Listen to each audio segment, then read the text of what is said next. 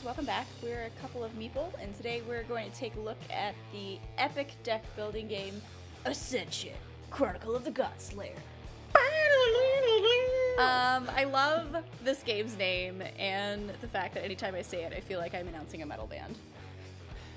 Yes, it definitely, I mean, there's no more powerful name in board games than Ascension, Chronicle of the Godslayer. Like, they must have saw that title was available and just, like, jumped for joy. Yeah, and then air guitar. And then they came up with the name of the expansion, which we're also talking about today, Return of the Fallen. So, hold on, let me back that up for a second. So it's Ascension, Chronicle of the Godslayer.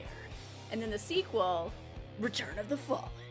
I mean, it's so epic. Yeah, and it's also one of our favorite games ever to play with each other. So let's talk about that. Let's talk about Ascension. Just to get nostalgic on you for a little bit, I think this Ascension, Chronicle of the Godslayer, was our gateway drug to board games. Together. Yes, right, for playing two-player games. Yeah. So if you haven't heard of Ascension, you should definitely listen to this and watch this, because for my money, it's the best deck building game out there. So it's a deck builder like Dominion, like Thunderstone, like tons of other games. Legendary, stuff like that. Built around that same premise that you have a certain number of cards available to you and you pay for them with a certain amount of currency, or you can fight monsters with another type of currency. Yeah, so on your turn, you have a hand of 5 cards. You play as many of them as you want from your hand. For the most part, cards give you one of 2 different types of currency. There's runes, which is the silver triangle. That's like your money, basically. And you've got the red sword and shield, and that is your combat. And so with those 2 currencies, you can buy cards from the center row, which are available to both players, or fight monsters. Fighting monsters gives you points, which are important for winning the game, and buying cards is important to building up your deck to make it more powerful and also worth points as well. So you've got the center row, which is 6 cards that are available to each player, and those come out randomly. Every time you buy or defeat a card in the center row, you draw a new one from the deck. And you've also got always available cards off to the side, and these are your basic upgrades to your starting deck. So your starting deck has some +1 runes and +1 combat, and the always available cards have +2 runes and +2 combat, and they're good fallbacks for when you can't afford anything in the middle. Say you have some leftover power that you need to use, and there aren't any available monsters in the middle. Well, there's the cultist on the side, and he only costs 2 power to defeat, so you can easily get a quick victory point just by hitting the cultist once. And the great thing about the cultist is that he is always around, and no matter how much you beat him down, he always comes back for more, which has led us to affectionately refer to defeating the cultist for points as ramming the cultist. Yeah, take from that what you will. Yes. But it's a little bit more fun to say, like, I'm going to ram the cultist this turn. And that's basically it. I mean, we've basically described the whole game. Draw cards, use your money or power, get a new card, discard whatever you didn't play, draw 5 new cards, and keep going. And when your deck runs out, you shuffle it. And the sign of, I think, of a truly elegant game is when you have very simple mechanics like that lead to a wealth of possibilities. Yeah. So let's talk about those wealth of possibilities, and what we think about this game. So there's a few different factions in the game, so you can use, and some of the factions work really well together, so you don't have to have just like one deck of all Lifebound Construct, for instance. I think they're all about giving you victory points for different things, and giving you runes and that kind of stuff, but you wouldn't necessarily have to have all Lifebound just to have a good system going. Yeah, and Lifebound is the green faction. There are also 3 other factions. You've got your Mechana, which is sort of the brown faction. They're sort of like robots. The Lifebound faction is all being in touch with nature, nurturing your hippie side. You've got the Enlightened faction, which are all sort of like monks and priests and crazy Hindu, Buddhist stuff. They usually let you draw cards. And you've got the Void faction, which are sort of like the Nether Realm kind of faction. They're purple. They allow you to actually color your deck. So you've got a nice mix of factions that sort of occupy a certain spot in your strategy, essentially. A lot of the Void actually help you cull a lot of cards. So one way to kind of make all of them work together is, say you get a couple of Void cards in your deck, you cull some of the cards, some of the basic cards out of your hand that aren't worth any points at the end. But then you have, say, like Lifebound, so like those come up more often, so you get more points. Yeah. So this game is incredibly well balanced. We actually moved from the physical card game to the iOS app. Yeah.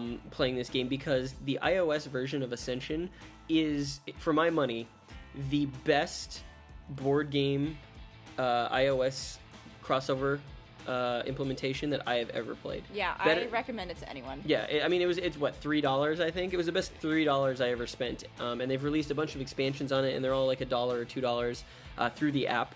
And it's got online play, and it's asynchronous, meaning you can play like when you have time. We used to play at lunch all the time, just asynchronously when we get a couple minutes to do a move, let the other person go. Yeah, and then you can play against the AI too, which yeah, is pretty tough. It's fantastic. But this is also a really good two-player game. And in fact, I would say this game works best as a two-player game. We were talking about the factions and about how you have different strategies with what kind of factions you're going to put into your deck when you buy them. As a two-player game, I feel like you have much more control over building a machine that can turn and work every time you draw cards, versus when I've played 3- and 4-player games, it's been a little more random because there's 3 other players who can take their turn before it gets back to you, and they can grab stuff that you really need out of the center row. Yeah. So I think 2 players for this game is the perfect amount. I mean, it plays just supremely elegantly. And it's super fast. I mean, I think we can bang out a game in half an hour at tops. Yeah, it's fast playing. It's easy to learn, easy to teach other people. I mean, basically the section on the board that tells you what you can do on your turn are all the rules of the game. On top of all that, the production value and the art is fantastic, even from the beginning.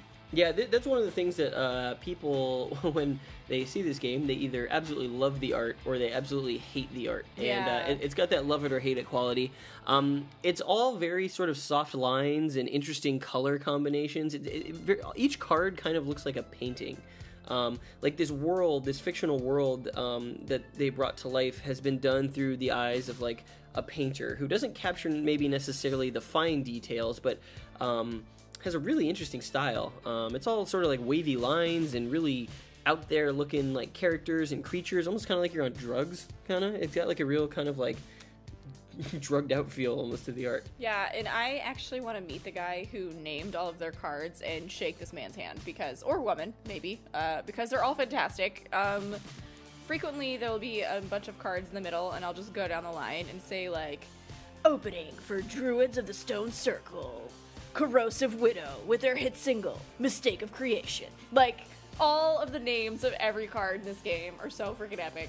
It's hilarious. If you like hardcore, like, names of things, or you need a name for your new band, for your new, like, hardcore band, play this game and you'll have plenty of inspiration. Instant inspiration. Doom Weeper, Avatar of the Fallen. I mean, we could go on. Yeah. So my overall verdict is this is fantastic. It's great anytime, really, because it plays so quickly. We often play multiple games in a row. It's really easy to understand. It's really easy to get into. It's incredibly balanced. In 200 games against each other, we went 100 and 100. So 100 wins, 100 losses each. Which is another great thing about the iOS app, is that it can keep track of everything. So it's so balanced that, yeah, we literally were split half and half on wins. Yeah. I give this game 2 Void Thirsters up. Oh, absolutely. 2 Void Thirsters up, and then I'll throw in a Vault Breaker Worm for extra measure. That's a good thing, right? Yes. Okay. It's epic, so yes. Highly recommended from a couple of meeple over here. Yes, especially for 2 players. Yes.